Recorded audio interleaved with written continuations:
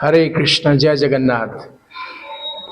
देखिए, ये जो मंदिर है श्री राधा गोविंद जी मंदिर, बलराम महाराज जी ने लगभग 1993 में आरंभ किया था।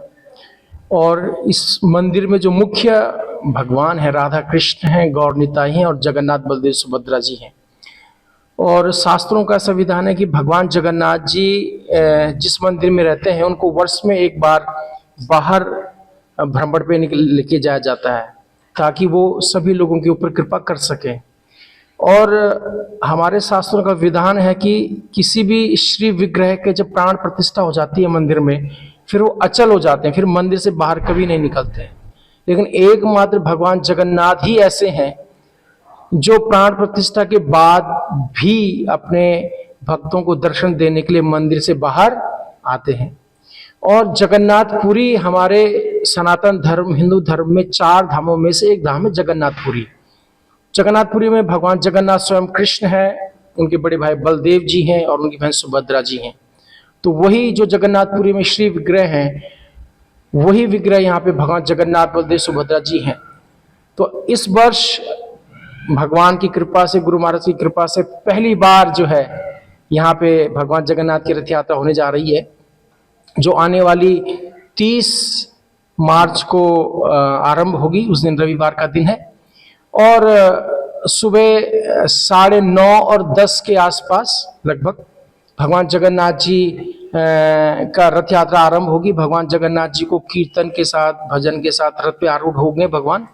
उसके बाद जो हमारे मुख्य अतिथि जी हैं वो भगवान के रथ के आगे झाड़ू लगा करके, ये विधान है कि जो क्षेत्र का राजा होता है वो भगवान के रथ के आगे झाड़ू लगाता है, फिर भगवान का रथ आगे बढ़ता है।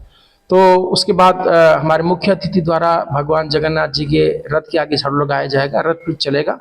रथ में जो है रस्से लगे होते हैं, श्रद्धालु उनको रस्सों को खींचते हुए अपना जो गंतव्य स्थान है विजयपुर रेलवे स्टेशन में जो मंदिर है वहाँ पे भगवान जगन्नाथ की रथ यात्रा संपन्न होगी। और बीच में जितने भी प्रतिष्ठान है, संस्थान है, लोगों के घर है, लोग भगवान जगन्नाथ जी का स्वागत करते हैं, उनकी आराधना उपासना पूजा करते हैं। जगह जगह पे लोग भगवान और भगवान के भक्तों का स्वागत करते हैं। और ये जो भगवान जगन्नाथ की रथ यात्रा है, इसका आध्यात्मिक रिलीजियस बहुत महत्व है। इसका स्कंद पुराण में कहते हैं कि जो कोई भी भगवान जगन्नाथ जी के रथ को, जब भगवान जगन्नाथ जी अपने रथ पे बैठे होते हैं उस समय यदि कोई भगवान जगन्नाथ जी के रथ का रस्सा खींचता है, भगवान जगन्नाथ जी को प्रणाम करता है, भगवान जगन्नाथ जी के दर्शन करता है, भगवान जगन्नाथ जी का प्रसाद ग्रहण करता है, तो शास्त्र कहते हैं पुनर्जन्म न विद्यते, उसका इस दुख भरे संसार में पुनर्जन्म नहीं होता है। और भगवान इतने कृपावान हैं कि जो भी भगवान की रथ यात्रा में सम्मिलित होता है उसके जन्म जन्मांतर के पाप नष्ट करते हैं, उसकी मनोकामना पूरी करते हैं और उसको इस जीवन की समाप्ति पे वैकुंठ धाम की प्राप्ति होती है। तो जन कल्याण के लिए भगवान जगन्नाथ जी अपना मंदिर छोड़ करके लोगों को दर्शन देने आते हैं। और ये जो यात्रा है किसी एक के लिए नहीं है कि केवल हिंदू ही।